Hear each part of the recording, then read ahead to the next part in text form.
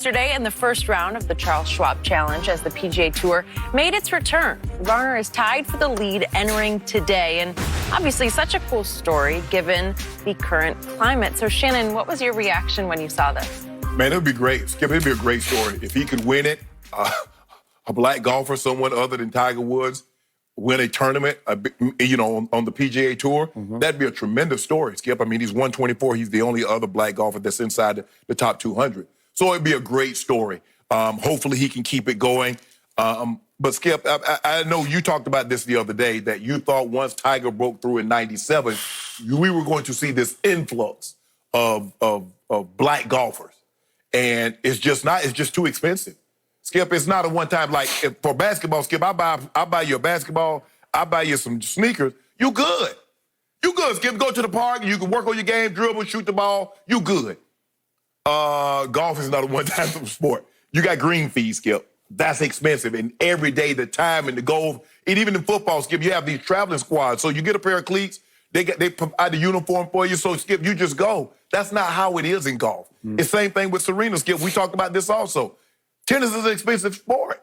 You just be rackets, and then it's a country club sport. I mean, for what they were able to do, and I think that's why Serena, her dad, them get so much credit, because you're playing on public courses, and we know what the public courses are. And even if you play public courses in golf, Skip, you still got the green fees.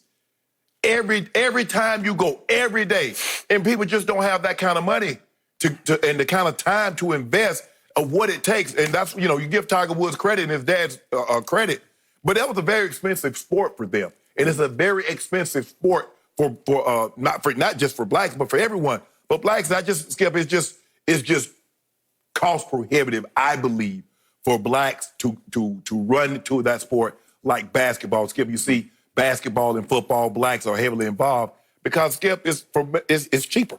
Simple as that, Skip, it's cheaper. Golf clubs cost a lot of money. I don't know if you noticed that. And you got to buy a bunch of them, Skip. It ain't just one. If you could just have one, Skip, maybe one or two, but what do you need, 13, 14 clubs? Okay. This has been a pet topic of mine for the last decade. So I'm going to address your second point in just a moment. Okay. But back to Jenny's question. Quick point of order. There is one other black golfer within the top 200 in the world rankings named Cameron Champ, who's won twice on tour, and he is playing at Colonial in Fort Worth. His father is biracial, his mother white. So we're, obviously we're going to qualify him as a black golfer. Right. I'm still not sure what to qualify Tiger Woods as, because he told Oprah back in '97, I resent being all black. Okay, right. Okay, so should we? Combination. Okay, he's combination. So Harold Varner is a black golfer. Right. Okay. This story to me gave me goosebumps yesterday. And as soon as I noticed he was leading and having the round of his life, I turned it on the Golf Channel to watch him finish in Fort Worth. Okay. Because this is what I love the most about sports. And what I don't love about sports movies, the real sports is always better than the movie. The movie's just cliche, maudlin, manipulative, it's so simplistic that it's like, oh, come on, give me a break. This is like a movie happening in real time. Right.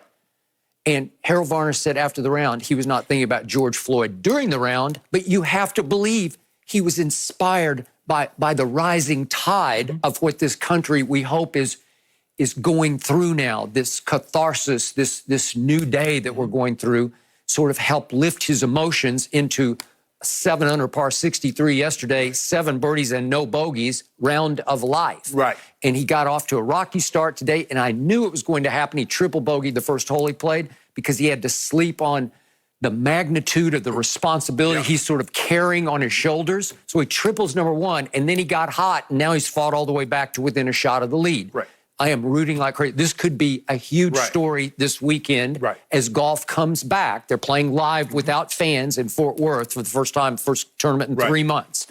Okay, so that's a great story. The other story, not so much. I was the one in 1997, being a huge golf fan, who wrongly predicted that once Tiger stormed the gates of Augusta National, a sort of a last bastion of Southern, I'm not going to say racism, but sort of racist legacy. Is that fair? The name, yeah. the Masters. The Masters. Yes, okay. All right, we get it. run by good old boys, except that if you really look hard at their membership, they're a whole bunch from New York and they're a whole bunch from California. So let's not just say they're from Augusta, Georgia, or the Deep South. Okay. But Tiger stormed the gates. Tiger dominated the Masters the way we'd never seen any human dominate the Masters. And I wrongly predicted in 1997 that within 20 years, we would have 20 or 30 Tiger Woods contending for major championships. We have zero. We don't even have a reasonable facsimile thereof. No. We don't even have a quasi next Tiger. It's not like somebody almost got there and fell back. Nobody almost got there. So in other words, if Tiger is Jordan, we looking for the Kobe to the Jordan. Okay. So we looking for so who's gonna be the Kobe? No, we're looking for the LeBron to Jordan, right? No, I'm just saying. I'm saying you like know. Okay, I got it. Okay, yeah, you're right. Okay, You're right. I got it. Right. Okay. You meant I said facsimile because.